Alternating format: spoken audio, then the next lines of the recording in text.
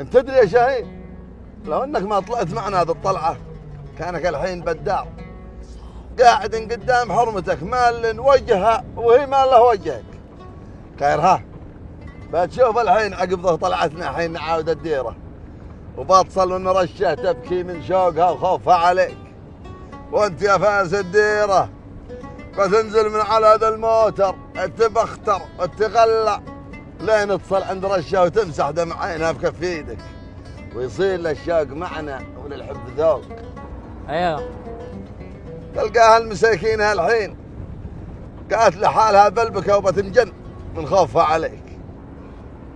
ايوه زعلان اعلم مفقود ما داري ايش تعمل نفسه، الدموع ولا وقفين امانه تتفحرر، قطع لك زي ما تتفحر من الزعل، كانت تنتحر. وشو؟ اقلب العلم، رشه تبغى تنتحر؟ تراهم يقولون من الحب ما قتل. مو تنتحر، حرام تنتحر الا انا، والله كيف بنفسي دهفتني، قال اروح اسمع كلامه بينفذ اوامره. هي اللي قاعد لك تطلع ويانا. هي زين، امورك طيبه، بنصل الجماعه غايتهم وبعاود بك بدل الموتر صد رد مثل الريح، ولا بوقف الا قدام محرم رشه، وانزل يا عريس الهنا وتهنى. اقول لك ما حدش خليني اجلس انا ومرتي، ديره كل مفعل نظام الطوارئ.